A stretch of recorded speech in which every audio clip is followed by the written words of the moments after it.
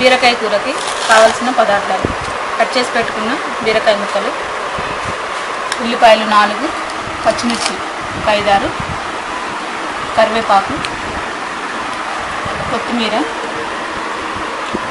ఉప్పు, ఎండుమిర్చి, వెల్లుల్లి రెబ్బలు, జీలకర్ర ఆవాలు, కారం, పసుపు.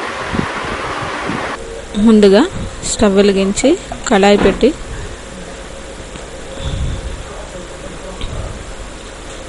కళాయి వేడెక్కిన తర్వాత కొద్దిగా ఆయిల్, కర్రీకి సరిపడా ఆయిల్ వేసుకోవాలి.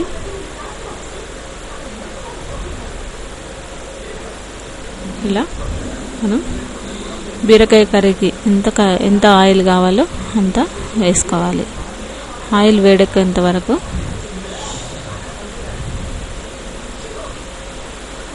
ఎండుమిర్చి, జీలకర్ర ఆవాలు,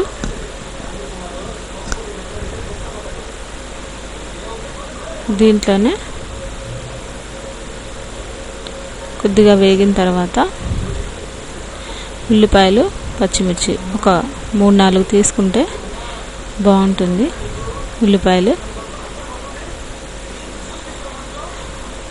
లేదంటే బీరకాయ కూర ఎక్కువగా వద్దు కాబట్టి మనకి ఒక 4 అయినా తీసుకుంటే మనకి బాగుంటుంది.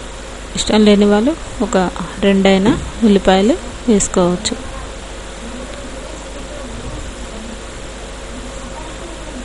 ఇది మనం బ్రౌన్ కలర్ వచ్చేంత వరకు వేయించుకోవాలి.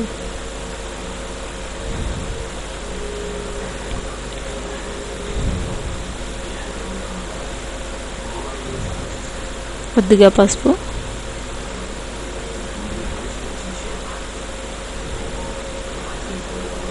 వేసిన తర్వాత మనము మూత పెట్టేసి ఒక 2 నిమిషాల వరకు వేయించుకోవాలి.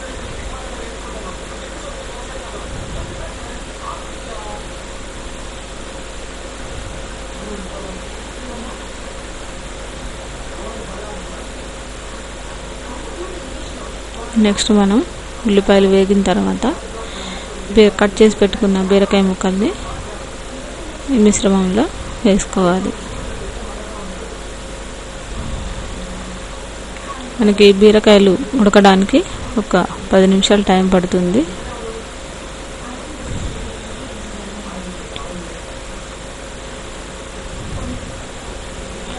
ఇది బీరకాయలు ఎంత దగ్గరగా ఉడికితే అంత బాగుంటుంది. దీంట్లో మనం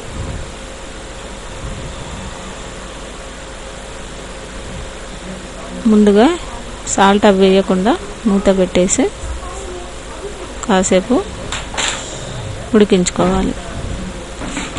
ఈలోపు మనకి బీరకాయ ముక్కలు 10 నిమిషాలు ఉడికిపోయిన తర్వాత వెల్లుల్లిపాయలు దంచేసి ఉడికిన బీరకాయల్లో వేసుకోవాలి.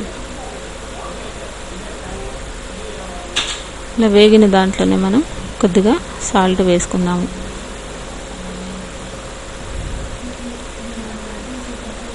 దగ్గరికి మనకి బీరకాయలు చక్కగా ఉడికిపోయాయి. దీంట్లో మనం సరిపడ ఉప్పు,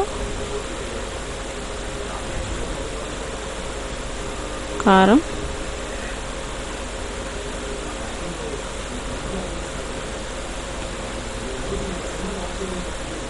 వేసుకొని ఒక 5 నిమిషాల వరకు వేయించాలి. నెక్స్ట్ మనం దీంట్లో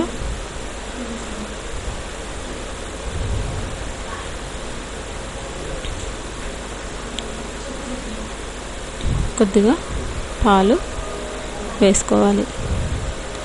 పాలు వేసుకుంటే బీరకాయ కూర చాలా టేస్టీగా ఉంటుంది.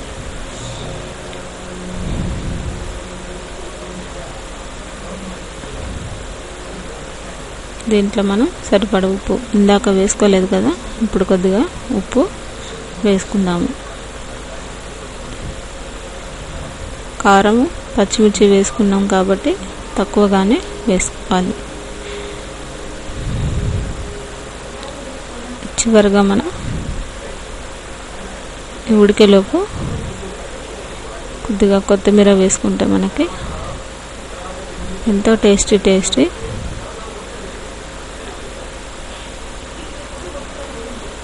బీరకాయ పాలకూర, పాలతోనే బీరకాయ కూర మనకి రెడీ అయినట్టే.